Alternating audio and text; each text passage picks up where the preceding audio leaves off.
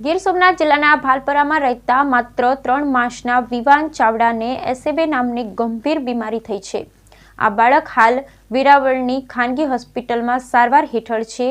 આ બાળકની બીમારી માટે 16 કરોડ જેટલો ખર્ચ છે। દેશમાં જન્મતા બાળકોમાં 6000 બાળકના જન્મ બાદ એક બાળકના સ્પાઇનલ મસ્ક્યુલર એટ્રોફી નામની બીમારી થાય છે, જેનાથી બાળક મૃત્યુ પામે છે। ત્યારે સૌરાષ્ટ્રમાં ધૈર્યરાજ નામના બાળકોને એસએમએ નામની બીમારી થઈ, ત્યારે યુવાન રોડ રસ્તા પર સામાજિક સંસ્થાના સહકારથી 16 કરોડ જેવી દાનની રકમ એકઠી થઈ ધૈર્યરાજનો જીવ બચી ગયો। ત્યારબાદ ગીર સોમનાથ જિલ્લાના આલીધર ગામે પણ એક સામાન્ય પરિવારના બાળકને એસએમએ નામની બીમાર થઈ તેમના પરિવાર પણ લોકોને ખૂબ અપીલ કરી પણ 16 કરોડ જેટલી રકમ એકઠી ન થતા બાળકનું મૃત્યુ થયું। અને હવે ગીર સોમનાથ જિલ્લાના વેરાવળ તાલુકાના ભાલપરા વિસ્તારમાં રહેતા એક સામાન્ય પરિવારમાં જન્મેલા વિવાન ચાવડા નામના બાળકના આ એસએમએ નામની બીમાર થઈ ને હાલ બાળક વેરાવળની ખાનગી હોસ્પિટલમાં સારવાર લઈ રહેલ છે। આ બાળકના જીવનને બચાવવા રૂપિયા 16 કરોડ જેવો ખર્ચ છે ને આ ખર્ચ 7 જન્મમાં પણ આ પરિવાર ભેગા કરી શકે તેમ નથી। હાલ આ બાળક જીવન મરણ વચ્ચે જજુમી રહ્યું છે।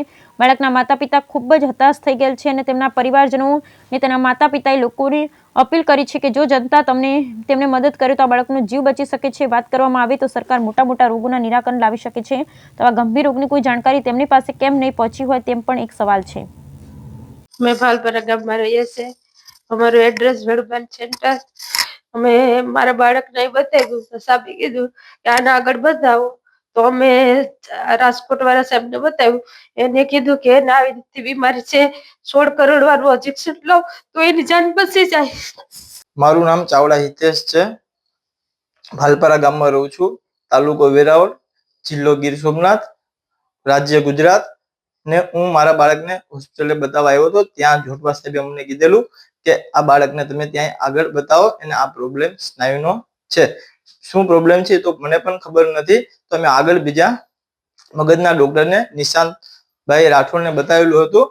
તે અમને કીધેલું કે ભાઈ તમે આના માટે કોઈ પણ તમે રિપોર્ટ કરાવો, એના માટે શું આવે છે એમને ખબર નથી। હવે અમારી પાસે એટલી માહિતી નથી। એમને ડોક્ટરે કીધેલું કે આના માટે તમને તમારા બાળકને બચાવવું હોય તો એના માટે તમને 16 કરોડનું ઇન્જેક્શન લેવું પડશે। અમારી કે કોઈ શક્ય નથી, અમારી કોઈ કેપેસિટી નથી। હું નાનો સામાન્ય ધંધો કરું છું, એવું બધી કોઈ મારો પગાર નથી ને એવી કોઈ મારી સેલેરી નથી આવતી તો હું મારા બાળકને બચાવું।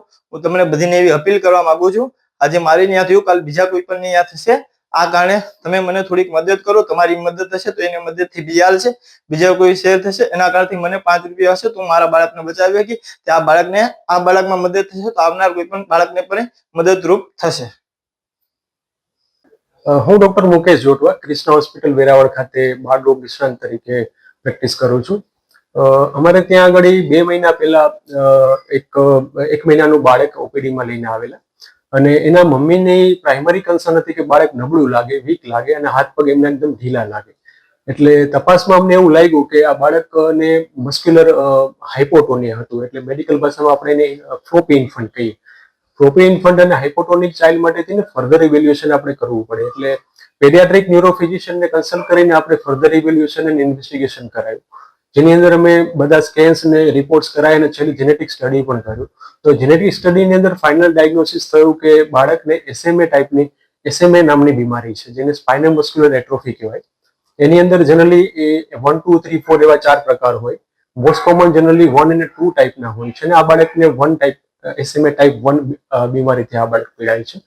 આ બીમારી છે એ જન્મથી હોય છે। શરૂઆતથી એના મોટર ન્યુરોન જે આપણા શરીરમાં હોય સ્નાયુની અંદર, એની અંદર ડિજનરેશન થાય અને ડિનરેશન થાય અને પ્રોગ્રેસિવ ચાલુ થાય।